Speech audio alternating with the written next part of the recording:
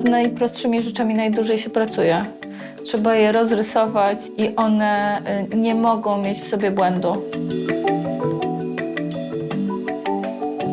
To, na czym nam bardzo zależało w kontekście tego pawilonu, było to, żebyśmy nie występowali z pozycji wiedzy, tylko bardziej z pozycji niewiedzenia, jak do końca jest. Jakby tak popatrzeć, wiesz, na historię ludzkości, ale przez to również architektury, no to coraz bardziej szukaliśmy coraz lepszych narzędzi do tego, żeby sobie z bardziej skomplikowanymi zagadnieniami radzić.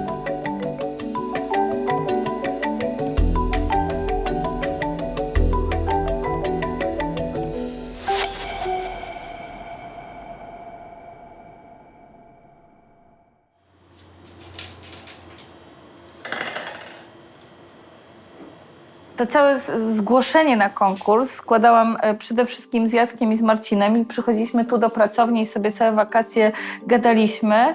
I oni się jeszcze nie znali. Ja znałam Jacka i znałam Marcina. Z Jackiem pracuję od kilkunastu lat. Tak jak Ani, to było marzenie, aby wystawić się na Biennale, czy wystawić się w Wenecji w takim kontekście, niezależnie czy to jest Biennale Architektury, czy Biennale Sztuki, to moje to jest marzenie do jakichś 20 lat. I pierwszy raz na Biennale byłam wtedy, kiedy był Druszcz i kiedy to robił tata Jacka, czyli pan Paweł Sosnowski. To było moje pierwsze Biennale. I wtedy stanęłam w tym pawilonie i mówię, tak, fajna przestrzeń, też chcę ją mieć. I on startował i składał chyba jakieś różne zgłoszenia na ten pawilon, miał jakieś pomysły. Natomiast złożyliśmy tak prosty i według mnie tak przejrzysty pomysł, że jak już oddaliśmy, to on powiedział, wow, to naprawdę ma sens, to nawet masz szansę wygrać. No i miało. To już zaczęliśmy to układać i pierwszy taki roboczy tytuł to było układane, czyli układamy dane, no bo układamy je w jakiś rodzaj, jednak je systematyzujemy w tych 4 mieszkaniach, które będziemy tam pokazywać. No i nie wiedzieliśmy, jak te układane zrobić, żeby było data po angielsku. I nagle nam zupełnie przez przypadek wypadła ta nazwa Datament. Łącznie w pawilonie będziemy mogli zobaczyć ponad 3 kilometry profili stalowych, które wydawałoby się, że są połączone ze sobą w sposób chaotyczny, natomiast ich wzajemna pozycja, te wszystkie relacje są jak najbardziej wynikiem napisanego przeze mnie programu, algorytmu. Nazwijmy to tworzywo, nasze dane, z których my tworzyliśmy pawilon, to tak naprawdę średnie powierzchnie mieszkań w 4 różnych wybranych przez nas państwach. Te państwa zostały wybrane według czegoś, co my stworzyliśmy i nazwaliśmy indeksem datamentu, czyli de facto tego, jak dużo danych te kraje wytwarzają, jak dużo ich przetwarzają, jaka jest ich dostępność również. Pamiętam taką rozmowę z Marcinem i ja mówię, wiesz, może zróbmy taką wielką chmurę, taką konstrukcję, w którą można wchodzić. Zaczęłam sobie rozważać, jaki to jest rodzaj kakofonii informacji, w które wchodzimy. No i już nałożenie na siebie 4 różnych przestrzeni jest po prostu, myślę, takim doświadczeniem, którego się nie da ominąć. Zależy nam na tym, żeby zadać pytanie, po co my to robimy i po co zbieramy dane i czy zawierzamy temu, że ktoś napisał jakiś algorytm, bo mu się wydawało, że tak będzie ok, czy możemy sobie humanistycznie zadać pytanie, czy to jest ok i jak my się z tym czujemy.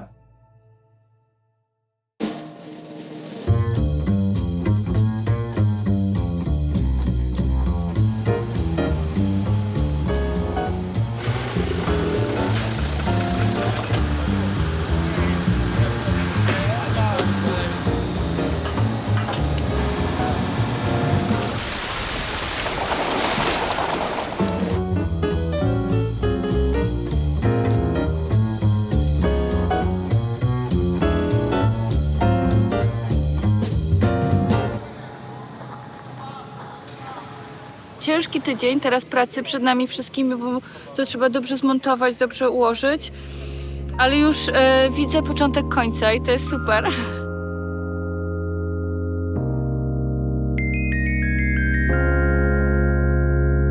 każdy z krajów jest, poza tym, że ma tą swoją powierzchnię, to ta powierzchnia jest podzielona na przestrzeń, w której śpimy, przestrzeń, w której odpoczywamy, nazwijmy to salon, przestrzeń, w której jemy, kuchnię, jadalnię i przestrzeń potrzeb takich fizjologicznych, sanitarną, możemy ją nazwać łazienką. Najlepsze jest też to, że cały czas pracowaliśmy w trójkę, że to nie jest tak, że jedna osoba, że cały czas... To nie, on kreślił sam. Masz rację. To cały czas ten dialog zaczął się od naszej trójki i realnie cały czas go prowadziliśmy w trójkę. No każdy miał oczywiście swoje architektoniczne, kuratorskie, artystyczne zakresy, które wypełniał, natomiast ta rozmowa o dejtamencie była wspólna i to jest naprawdę taka współpraca. No, Na to tym jest etapie tak to uniwersalne tak. doświadczenie Tak. troszkę, o czym mówimy w tym, że z jednej strony każdy się może na ten temat wypowiadać, ale też nikt nie jest w stanie się wypowiedzieć na ten temat w sposób ostateczny. I z każdym dniem, kiedy pracujemy nad tym projektem, staramy się zrobić tak, żeby on był najlepszą swoją wersją. Dlatego też samego otwarcia pawilonu nie traktujemy jako punktu dojścia. To jest tak naprawdę dopiero punkt wyjścia naszej pracy.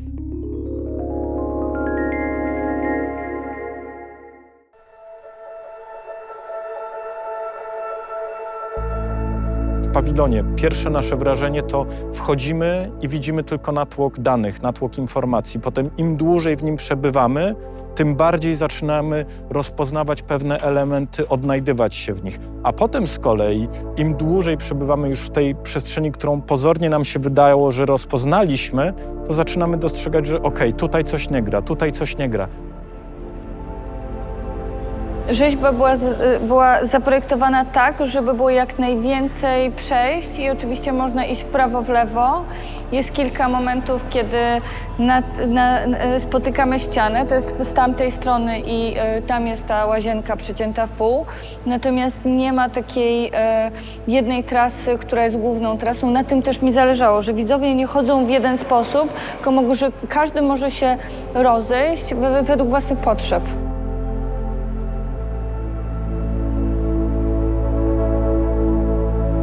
Ponieważ ja jestem przede wszystkim francuskojęzycznym, to sobie go przeczytałem po francusku i po francusku to brzmi datamont, a mentir po francusku to znaczy kłamać, czyli dane kłamią. To jest taki nierozwiązywalny, nieskończony kłębek włóczki, ta praca, gdzie możesz zacząć ciągnąć za którąś końcówkę i pojawia się nadzieja, że znajdzie się to rozwiązanie, ale on tam jednak zostaje supłem.